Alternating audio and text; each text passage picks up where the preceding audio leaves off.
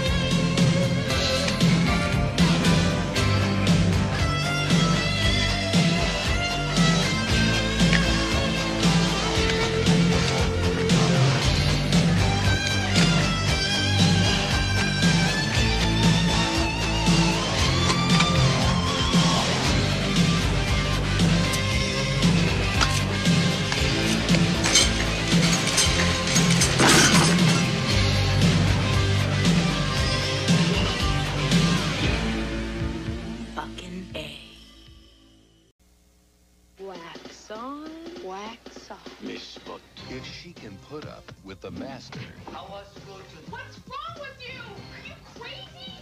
if she can keep up with the training, That's impossible. then she'll discover Let go of me. how to stand up for herself. You put her away.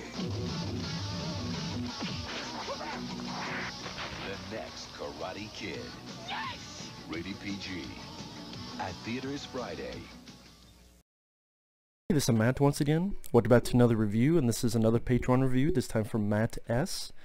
Thank you so much for that. For those who want to request pretty much any type of video, you'll pretty much review, re-review, topic, reaction, whatever. You can request to either send it directly to my PayPal or join my Patreon. Both links are down below in the info box. And I have reviewed the first three Karate Kid films. The first one's a classic. The second one is my favorite, and the third film I fucking hate. And I still think it is the worst Karate Kid film. Karate Kid Part 3, Daniel didn't learn anything. He's like 30 years old, so can't even have an attempt at a love story. It's a beginning love story, but then nope, not anymore. Just Daniel's too old. You're too old, Daniel-san. Laughable, shitty villain. People like him because he's laughable. To me, just too fucking goofy. A lame ass fucking finale. This one I was a bit uneasy going rewatching again. But you know what? The next Karate Kid, it's not as bad as I remember it. I don't think this is that bad of a movie. So for those expecting a rant, I'd rather watch this than Karate Kid Part 3, and honestly, I would rather watch this than the reboot. The reboot felt like it was 3 hours long. It's not, but it felt that way. Here, it was cool to see Pat Morita. I liked Hilary Swank. I liked her as an actress. I think she's talented. She doesn't always pick the best roles, I'll say that. But, you know, I liked her in the core. She was good in the film Boys Don't Cry. But again, I do think Hilary Swank is a pretty decent actress.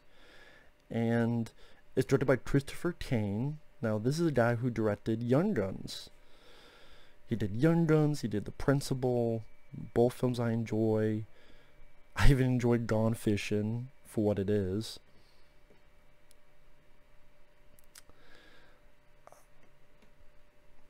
The plot of the film, Mr. Miyagi, he's attending this commendation for Japanese American soldiers in World War II, and then meets with this lady who was related to the widow of his commanding officer. So after that, he meets the other girl's granddaughter, Julie, played by Hilary Swank. And Hilary Swank's character is not doing the best because her parents have died and she's with her grandmother and she gets in trouble at school. So Mr. Miyagi goes, hey, grandma, you go over there where I live, you relax, I'll take it from here. And so it's the two of them bonding, getting to know each other, trying to get down her defenses. Meanwhile, at the school, there's this security fraternity, the Alpha Elite. Do a lot of high schools have fraternities like this, like security fraternities? I thought that was mainly a college thing. Shows how much I fucking know. But imagine these people pretty much trying to be Kreese, Cobra Kai in the first movie, like a wannabe Cobra Kai. Only this is led by Michael Ironside. Now, I will admit, Hilary Swank, her character got on my nerves for a bit because she was very bitchy, very pissy attitude. Look at you, you can't even speak English. I'm like, fuck you, bitch. But I will say I warmed up to her because, number one, I don't think it's Hilary Swank's fault. It's the writing that could have been improved. But, you know, I grew to like her, and I liked her. She had a bit of fire to her. That's why I like about Hilary Swank. She has a bit of fire to her. She has a bit of oomph to her. I thought she has a bit of personality to her. I thought she actually did a pretty decent job overall. And, you know, Mr. Miyagi, I felt he had more to do here than fucking Karate Kid Part 3. Karate Kid Part 3, mostly had a thumb up his ass until he had the stupid fight with the two guys at the third act. Here, it just felt like he had more to do. I liked some of the plot lines. I liked the bit where she's taking care of this hawk that's on top of the school in this like pigeon coop type of thing. I thought that was kind of sweet, kind of cool, and it's a cool looking hawk. I know it sounds stupid, it's superficial, but I thought that was neat.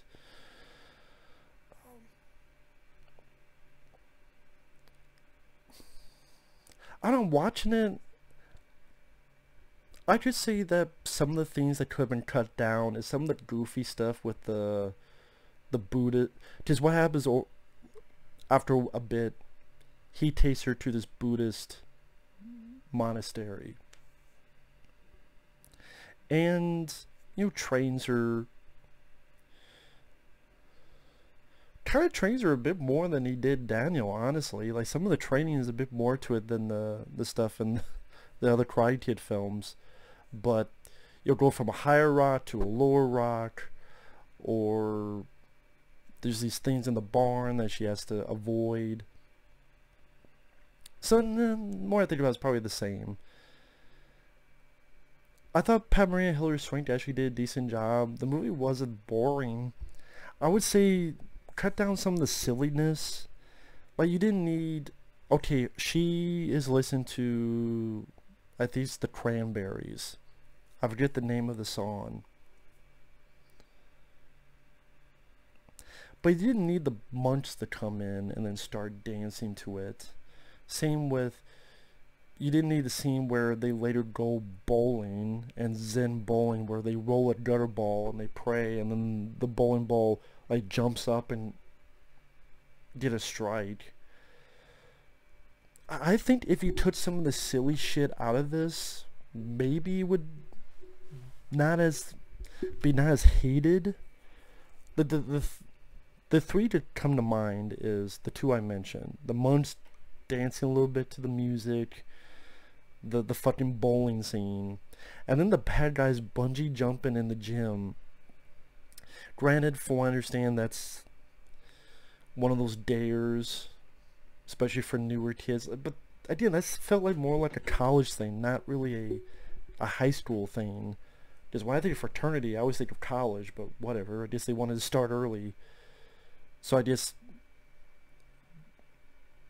And with new pledges, they give you dares. And so one of the dares is the bungee jump from the gym, and one person gets their arm broken. The movie's nothing remarkable or anything. I mean, Michael Ironside, his group, or a lesser Cobra Kai. Hilary Swank falls in love with this guy, and the guy does a fine job. I mean, he's alright as this guy who used to be Michael Ironside's group, but he's not anymore. and he's a security guard type of guy, and the two of them kind of fall for each other. It was nothing.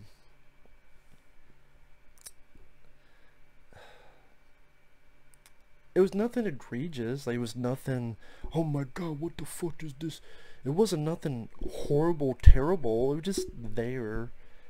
I mean, that's the thing, like, for chunks of the film, it's just kind of there. Honestly, it's with some goofiness that didn't really need to be there, some silliness. But I do think Hilary Swank and Pat Morita's performances do help the film at least propel it to a time waster. I mean, it didn't piss me off like Karate Kid Part 3, where I'm like, what the fuck, Daniel? You didn't learn anything, and you went back like 5 steps, and then you did your ass hit like a pussy? You fucking idiot. Like, I hated Daniel in Karate Kid Part 3. And I think Michael Ironside is a better fucking villain than Thomas Ian Griffith. Way better. This is Michael Ironside. He could do nothing. He'd be better villain than Thomas Ian Griffith. And at the monastery, she learns to respect life because she tries to kill a cockroach, and they don't like that. So she tries to make some amends, and hey, look at this bug. You know, they're trying, you know, they give her a birthday cake. You know, they're trying to be sweet. Like, that's, I didn't find silly. That, I'm like, okay, that's a bit sweet. You know, they're saying happy birthday to her. See, that was fine. Like, that kind of sweetness is fine. The months going bowling, bit too fucking much. Like, there's certain silliness that are fine. Like, one of the early things for training, Pat Morita has her babysit these kids, and they have like a Nerf war, where there's Nerf guns and Nerf footballs and almost ready for a fucking product plate. Just a Nerf commercial. But you know, they're playing off each other, her babysitting the kids. Like, that scene was fine for its silliness. Like, it's the right amount of silliness. This is the idea of people bungee jumping from the gym and the months bowling. When people hate the film, that's the things they use. And that's why I'm going, just take that shit out. Like, make an edit taking this stuff out. It's not like the months going bowling really go into the plot. They don't go into the story. The bungee jumping shit, you could have just had them start a fight. Or they're ratting on people, they think they're top shit, or they're beating up someone and someone gets their arm broken, and what the fuck is your business? You know, they just do it that way. Sometimes simpler is better. You know, the ending I didn't mind, where Hilary Swank, granted, I'm not going to say she's going to be fucking Cynthia Rothrock, but for what she had to do, she did fine.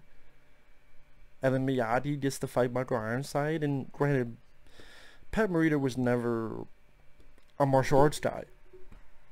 I mean, he was Arnold on Happy Days.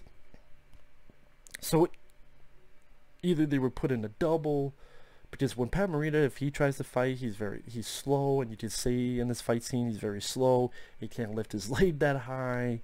So when he's beating up Michael Ironside, you go, I don't think it would work out that way. Because again, Pat Morita was never known as a martial artist. You could clearly tell by this fight. Either go with it, because I like Mr. Miyagi, I like Pat Morita, I miss him, may he rest in peace. Either go with it or you don't. You know, the score, once again, by Bill Conti. That's nice. That's good that they brought back, they continued because Bill Conti does a good job on the musical scores to these films. And I thought he did another nice job on the score with this. It's not as great as like the first two films, but Bill Conti, I still liked it.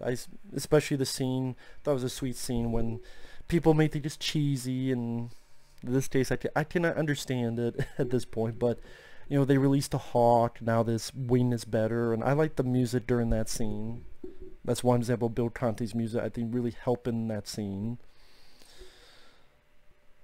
I think the thing with the hawk is a lot better than the fucking little bonsai tree thing they did with Karate Part 3. Like that was the not a MacGuffin, but the thing they kept. It was a part of the plot. I don't know how the fuck to word it. Just the next Karate Kid. I guess because I went in with low expectations. I had not seen this film in over a decade. So I went in expecting the worst. And then I'm like, this isn't that bad. I mean, feels a little bit lower budget compared to the previous films. It doesn't really seem like a movie that would go into theaters. This does seem like a movie that would be more direct-to-video quality. Yeah, it's such Rob Macho, isn't it? But he was too old for Karate Kid Part 3. So at this point, I'm like, it makes sense. It's called the Karate Kid. He's not a kid anymore. You would think with how fucking progressive people want to be, that this would be like, yeah, progressive, we have a lady. But at the same time, you know what they don't do? They don't make all the guys losers, and they don't make all the guys assholes. They don't make all the guys idiots. Like some progressive movies nowadays. So this didn't do that. The guy who becomes her boyfriend, he's a decent guy. Pat Morita holds his own. And like I said, the movie itself, like I say, if you took away some of the sillier aspects, like the three or so things I mentioned, I don't think this movie would be that hated. Maybe you used the term a little bit forgettable, or like, it's okay, it's not great. Unneeded, really all you needed was the first two Karate Kid films. But yeah, Pat Morita, it was nice to see him be a little bit in a different type of role as Mr. Miyagi. He even says, yo, boys are a lot easier. The Buddhist monastery theme made it a little bit different, so it wasn't just a remake of the other ones. Kind of made me wonder, did he ever take Daniel to this Buddhist monastery?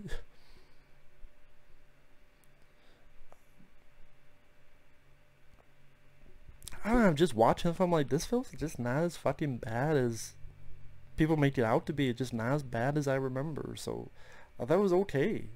At the very least, a time waster. You know, maybe because, you know, I liked Hilary Swank and I liked Pat Morita. I thought they both did a good job. Bill Conti doing the story again, cool. It didn't do anything stupid like, oh, Daniel, he went off and he died, or he went off and blah blah blah. They didn't do any of that shit, which you'd be surprised how many sequels they didn't do a Kickboxer 2. They didn't do an Iron Eagle 2. Remember Iron Eagle 2 when, hey, you know that guy you liked in the first film, he was the star? Well, he's in it for the first 5 minutes and then he got shot down and died. But then he comes back in Iron Eagle 4, but it's played by a completely different actor. Fuck. So at least it didn't do anything stupid, egregious like that. So that's what I mean, it's harmless. This is a harmless sequel. I don't know why I'm doing this with my hands. It's harmless. Maybe because here's the poster. This is harmless. It didn't feel like it was 4 hours long, but the remake. It didn't piss me off, and to me was offensive as a fan, like the third film. It was a time waster. It was fine for what it was. Not perfect in the slightest, but I've seen a whole lot fucking worse than this movie. I've seen a whole lot fucking worse. For sequels, I'd rather watch this than Bill and Ted Face the Fucking Music. I'd rather watch this than Star Wars The Last Jedi or Rise of Skywalker. I'd rather watch this than fucking Kickboxer 2. Hey, Van Damme, you like him? He's dead. Fuck it. And his brother in the wheelchair is dead. So the whole fucking film is pointless. The first film. I already reviewed that film. But with that said, thanks for watching. Take care. We'll see you guys later. Bye-bye.